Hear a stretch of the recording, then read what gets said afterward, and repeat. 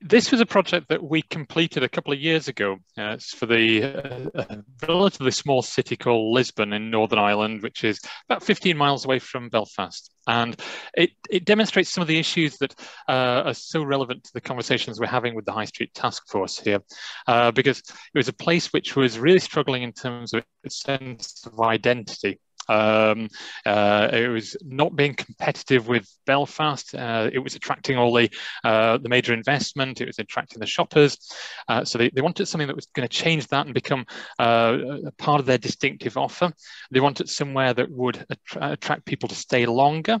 They'd got problems with antisocial behaviour and lack of evening economy, and they'd got lots of vacancy. So this was about working with capital investment in the public realm, but it was also about working with programming. So it was working with the city centre management team on how you program that space. So as it was being designed, it was how could you design it in a way which would work really well. So it could facilitate things like this, where you have the market day, you can have the next slide is actually maybe quite useful here, Matt, because actually they had a real problem with no evening economy whatsoever.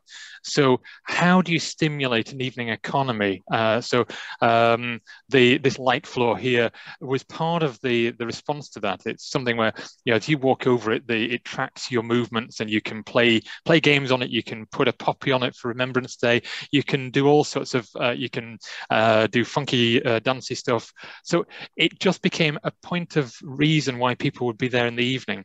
So it was working with the businesses. It was working with the YMCA, the cathedral, all about how do you get more people in, more footfall, more vibrancy, and sustain that from one year to the next. So opened in 2019, or the works was finished in 2019, and it has gone from strength to strength, and that's not really to do with the infrastructure.